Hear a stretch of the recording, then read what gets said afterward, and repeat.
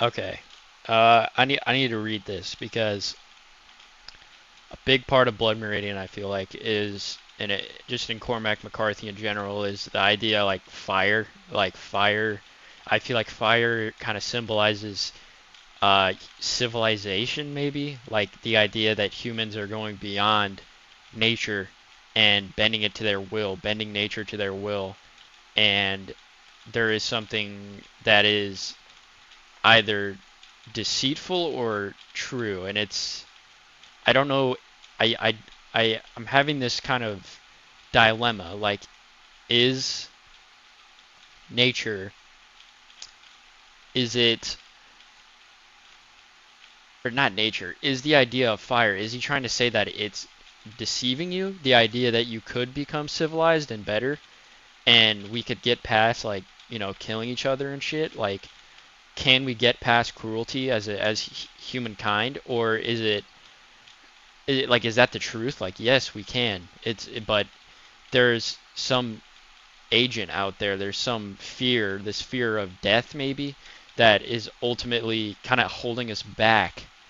And I think the judge is kind of like a part of that, but it's kind of an interesting question. Like, what is what is his opinion on it? What is he trying to tell us in this book? Is he saying that it is deceitful, or it's telling the truth?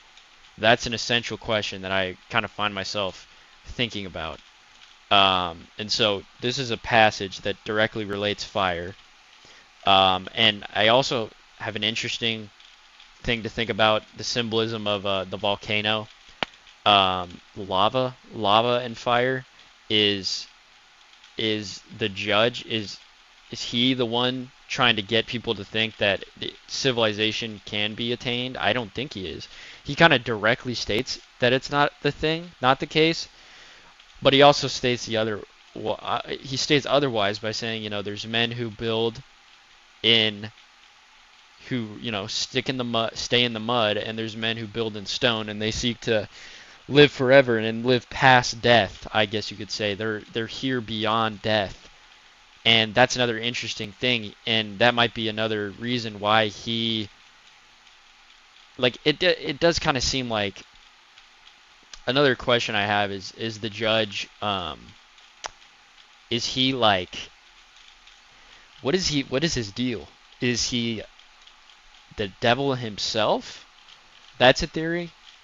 Is he a sort of devil? Is he kind of maybe like one of the archangels that, or one of the fucking, whatever the biblical canon is, or whatever you want to freaking call it? But is um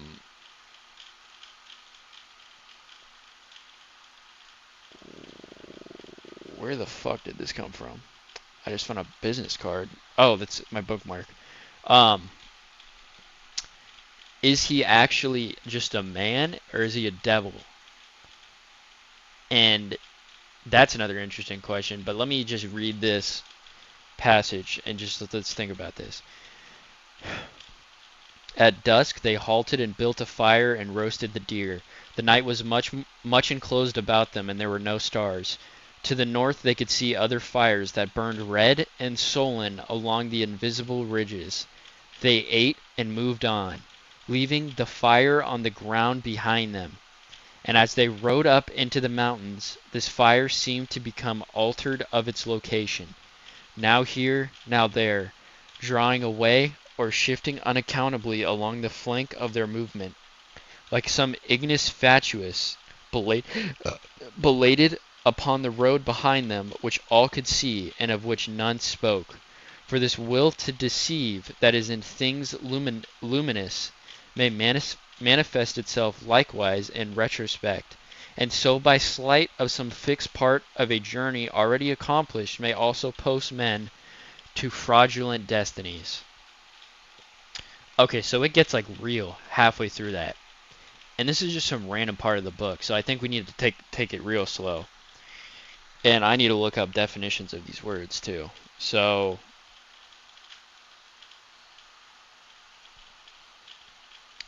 at dusk they halted and built a fire and roasted the deer. The night was much enclosed about them, and there were no stars. To the north they could see other fires that burned red and sullen along the invisible ridges. I think that means there's other people in this country that they're moving through. I think. They ate and moved on, leaving the fire on the ground behind them. And as they rode up into the mountains, this fire seemed to become altered of its location. Now here, now there, drawing away or shifting unaccountably along the flank of their movement. So the fire is following them, it's moving around, and what's interesting about that is that previously in the book, when the kid was on that campaign to go take over Mexico with the one Captain White, they had he said that there was some sort of merchant of death, I would like to say, some sort of thing that follows men on this during war, because it's something that follows them and no one can see it, right? And is that what the fire is trying to say? Is that the symbolism of the fire? This thing that follows men on their journeys and is dead? Like, is death is hovering around them? Is the judge the same thing? There's another part of the book where the kid gets separated from the group, and he essentially says, like, he gets separated. Him and that one guy are in the mountains with the two horses, and one of them is lame or whatever, and so they're sleeping in the snow. And then what's the fucking guy's name? Don Felicio? I don't know. The Spanish general that's chasing them down through the desert. The scouting party comes upon them by chance. The kid sits up, shoots the guy in the chest. He runs away, and he goes through the mountains, and he looks. Eventually, it might be after he finds the fire in the forest, which that's another thing to talk about. Don't get me wrong, but it is kind of crazy symbolism. It kind of struck me, kind of in a certain way. It struck me that he's on top of the mountain, and he's looking down upon all these men fighting. So he's looking at the gang fighting everyone else, right? They're fighting the Spaniards on the plain, and he sees the gun smoke kind of circling around them, and he's taking a back seat to this fight, and he's kind of the one that's looking now. He's the one he's the fire that's following them around. And that might be what the judge is doing, and it's obviously the judge sees the kid as one of his equals in certain respects. So is this the part where the kid kind of sees what the judge sees? And the other thing is, the judge is not the leader of the Glanton gang. Glanton is. He's kind of much more of an advisor. The judge, hence the name the judge, he takes a back seat in a lot of this, and he doesn't really do anything except, do that Diddy shit. He kills people. He's another man in the crew. He's one of the top, dogs, one of Glanton's top officers, if you even want to call him that. There's certain times where he says he brings his officers to mess, and he always brings along the judge because the judge is just so diplomatic or whatever, but he's not the leader. He doesn't take a position of leadership. That falls on to Glanton, and that's another thing. He's kind of in the backseat in terms of this. And the same thing with the wolves. The wolves follow the party. The ravens or the buzzards, they follow the party because they know that wherever these guys are going, there's going to be death and we can get some eats. And that's another interesting thing that I just thought of. the imagery that induced in me of the kid up on the mountain by himself, looking down in the valley and seeing all the gang fight the Spaniards, and then they're leaving their dead behind. It said that too, and it's like I can imagine that, like right now, I can imagine that shit happening, and I have like a very uh, good imagination, I would say, and that just is like it makes me want to draw a picture, it makes me want to fucking make a movie out of this shit, because that shit is just crazy, and maybe it's much more than the free, because as we know, as I know at least, the he Cormac McCarthy, the imagery that he's spitting some bars to you, right? He's trying to get you to see a picture, and the way that he describes the picture that he wants you to see, there's meaning in that too. The words that he chooses to use are so weird and like unique, and just they make you think. They paint kind of the lens that he wants you to see this image. There's the image that's happening, and then the way that he wants you to see it. So that's interesting. So that's an interesting thing to think about. The alter of its location, now here, now there, drawing away or shifting unaccountably along the flank of their movement. Like some ignis fatuus, belated upon the road behind them, which all could see, and of which none spoke.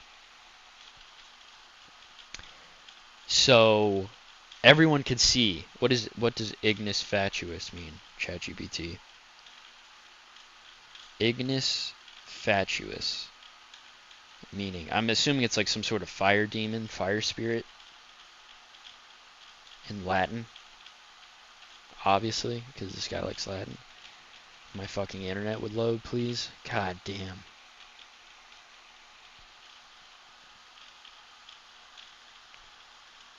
Are you serious? Let's look it up. Because I know fucking Pornhub works. What does ignis fatuus mean? Foolish fire, referring to a pale ghostly light or flickering flame, often seen at night hovering over marshy, boggy ground. It is scientifically believed to be caused by the spontaneous combustion of gases from decomposed organic matter. It is often used metaphorically to describe a deluding, misleading, or impossible goal. Described as a mischievous spirit or puck that lures travelers off paths into bogs or to their death. So that makes me think the fire that's being symbolized as civilization, and the kind of separating humanity from cruelty and animalism is a foolish goal. That is interesting. That is very interesting.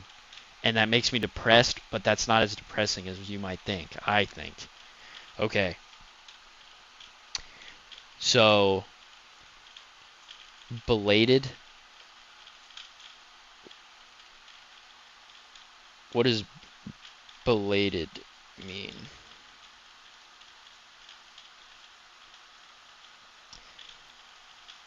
Happening, coming, or sent after the expected, useful, or appropriate time. Okay, like belated birthday. Okay. So, some ignis fatuus, belated upon the road behind them, which all could see and of which none spoke. So this fire that's trying to deceive them into thinking that civilization is a real thing is late to the party. Because, I mean, they're fucked. They're all fucked. They're all going to hell. I don't know if they've killed motherfuckers yet. Obviously, Glanton and Judge have, but I don't know about the kid. I don't know if the massacre has happened yet. It might have, actually. But, okay. For this will to deceive that is in things luminous may manifest itself likewise in retrospect, and so by sleight of some fixed part of a journey already accomplished, may also post men to fraudulent destinies. For this will to deceive that is in things luminous may manifest itself likewise in retrospect, and so by sleight of some fixed part of a journey already accomplished. So I guess that means to me, like, fixed part of their journey already accomplished. So this part of the journey is already over with, and you think that you can find, only later do you find meaning in what happened there. But ultimately, that's false, and there's no such thing as that. Maybe. Maybe. Okay. So, interesting little thing. Let me highlight that whole section.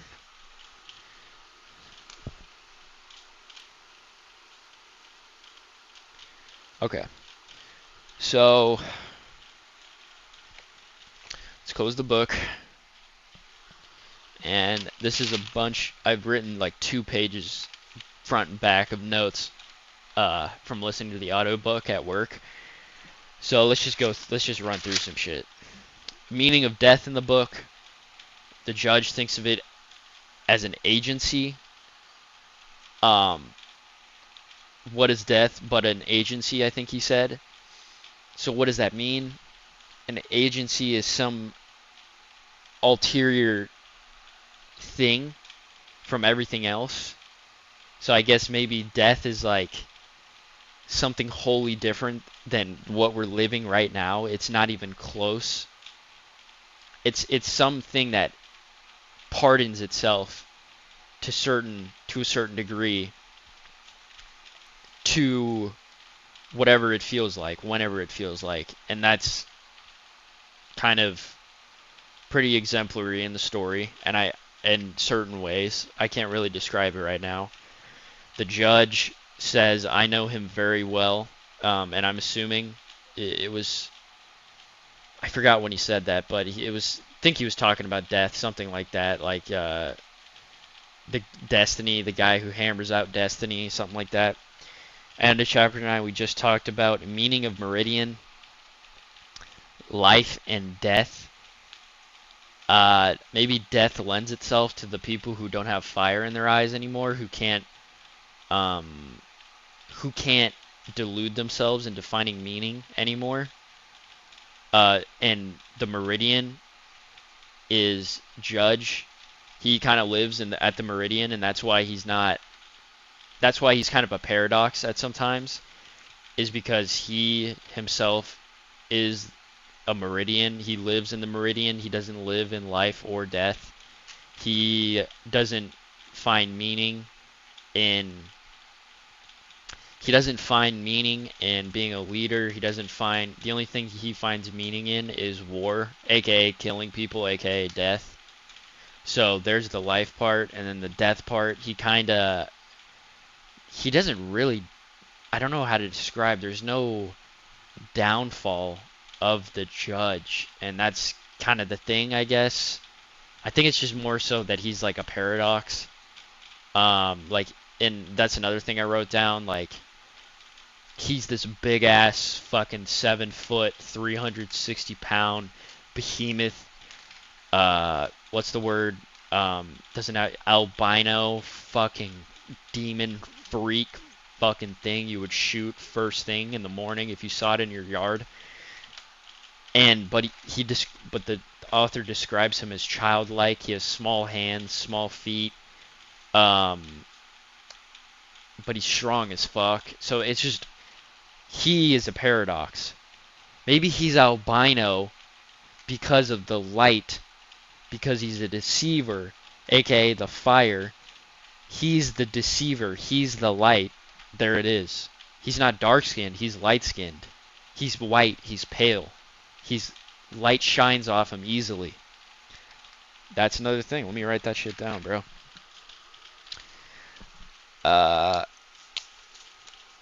Albino, aka light,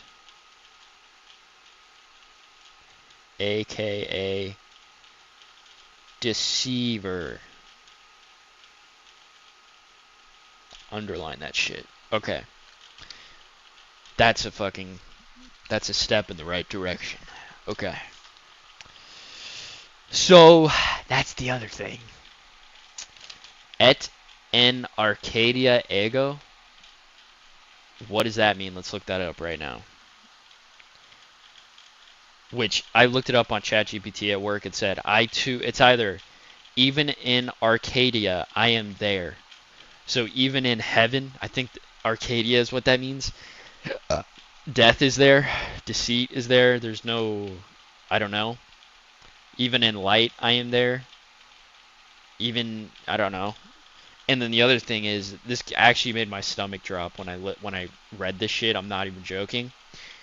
I too lived in Arcadia. That's fucking weird.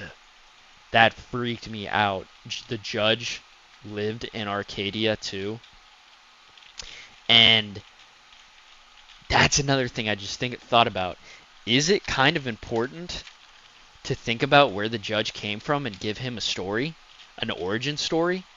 Even though it says in the book, you will at once come to a terminus of a void, and you will not be able to think about what the judge is. But is that the deceit? Is he deceiving you? Is he the one? Is the author the one that gave up on the fire? Is he the one that said the fire is deceit? He thinks fire is deceit. The fire in your eyes is deceit. The search for meaning is deceit. So is he thinking, is he just kind of dick riding the judge a little bit by there? Is that actually what Cormac McCarthy wants us to do, is to give the judge a story? Judge Holden of Texas. And that's the other thing. This book is based off of an actual, the Glanton gang is actually a real life thing, and so was Judge Holden. And he was a freak. He wasn't as much of a freak as the judge in this book, but he was actually a freak, and I think he was a child predator. So I will have to read that and come back to you on that. But should we be thinking about who were the judge's parents? Why is he the way that he is? Was there an event that made him go from living in Arcadia with us to now he's not? That's another thing. So let me write that down. Judge's origin and the path thereto. Okay. Okay, getting some good thoughts out here. So,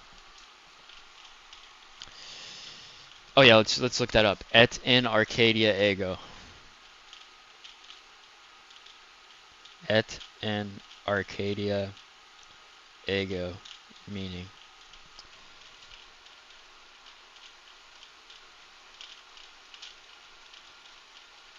Death is present even in an idyllic paradise like Arcadia. A reminder of mortality. Okay, whatever.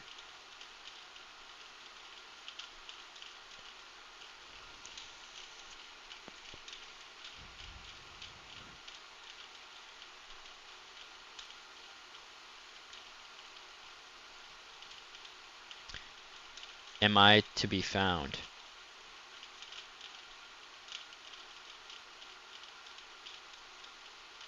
Okay, what does this guy have to say?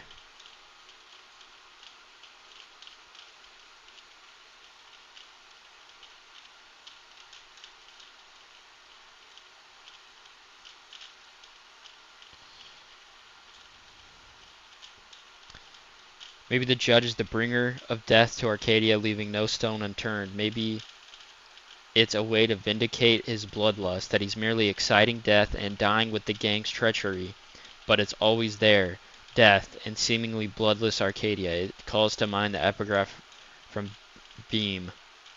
It is about humans being unable to escape death.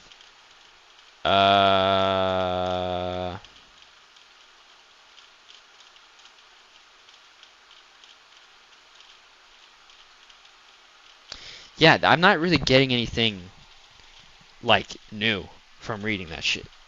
So I don't know what that means.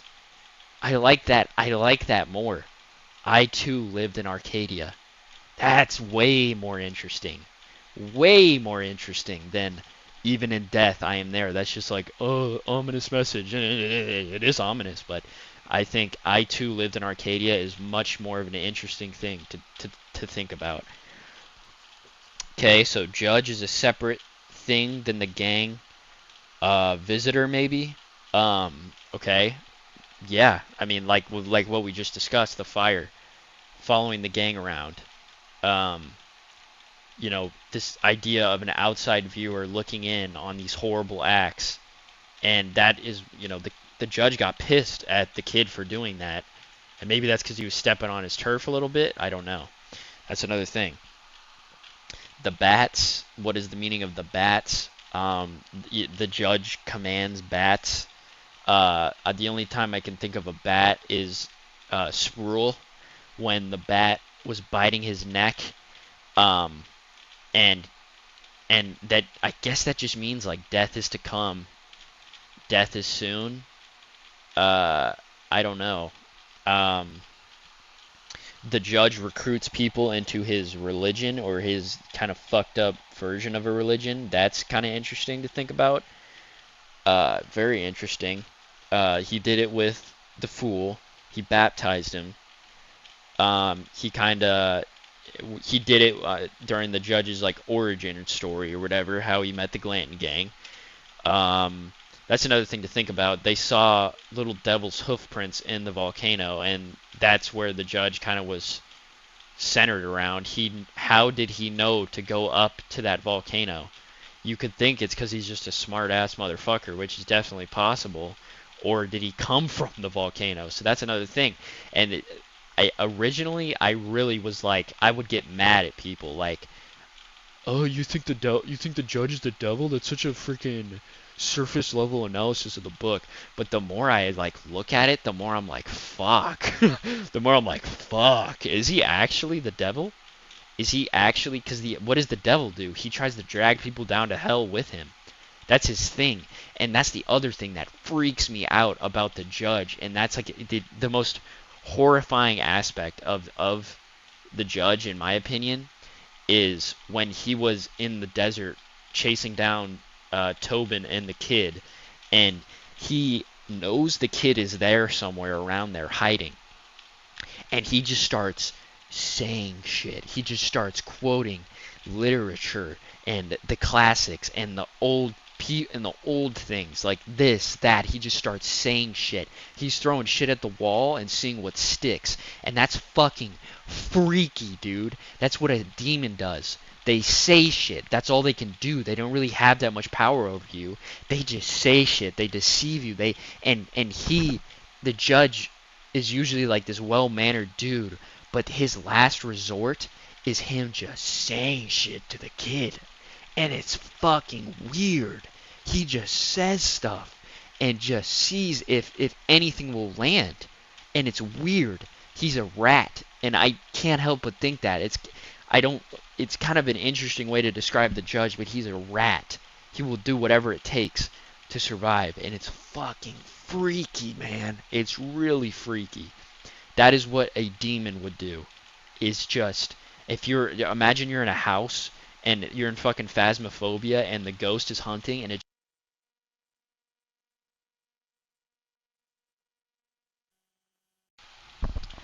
Okay, I'm back. But yeah, that shit's freaky. That's really fucking freaky, dude. That is hella freaky. I don't like that shit. That's weird. It's fucking weird. And I know I'm getting all weird about it too, but like, what the fuck? Can you imagine the judge hunting your ass and he just starts saying stuff, seeing what's gonna stick? And it's the same thing as the well. He's like, hey, it's a seller's market, motherfucker. Give me that gun, motherfuck. And that's another thing. He let Toadvine and Brown live, and eventually they got hung. That's another thing. Okay. So the bats, another thing for death. It's always there. Therefore, humanity will forever be animals. Um, It also, talking about the judge's origin story, devils and the sinners that the devils are hunting. So Tobin said perhaps their souls so putrid that that hell spits them back out, and devils come out of the fuck wherever the fuck they come from, and they go and take those souls back. That's another thing. Is I could also relate to the story of the traveler. Possibly, I haven't thought about that. Is the judge the devil that's going out hunting for the sinners that are belched out of the depths, or is he one of the sinners that has been belched up, and he is forever running away from these devils, and he's doing a damn good job at it? He plays their game better than they can. That's another thing. Why is Siri always activating, bro? That's so weird. Dude, my phone is fucking busted, bro. Jeez, man. Cut it out. Anyway, that's another thing to think about. Is he the devil, or is he the one that hunts is he the sinner, or is he the devil that hunts the sinners? Did the judge actually do that Diddy shit? I kind of asked this question. I think he did. I mean, he probably did. It kind of makes it obvious to you that he does do that Diddy shit. But was it Jackson? Was it Black Jackson? Because as we know, I believe McCarthy put that part of the story where he's kind of a scoundrel, and he goes out and he fucks the magician's daughter. Like I feel like he put that in to be like he's kind of a disciple of the judge as well, and that's another thing. He says, "Where's the N-word?"